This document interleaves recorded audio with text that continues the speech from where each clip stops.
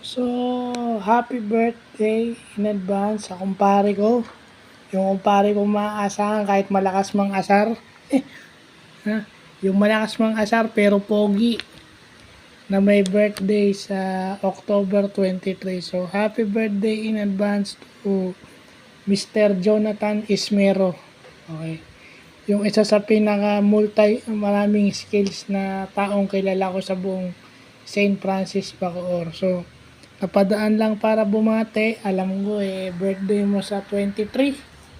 Pero dahil puro trabaho ka, alam ko naman, hindi naman nababawasan ng ang trabaho nyo, nadadagdagan pa nga eh. So, pasensya na, napadaan lang para bumate.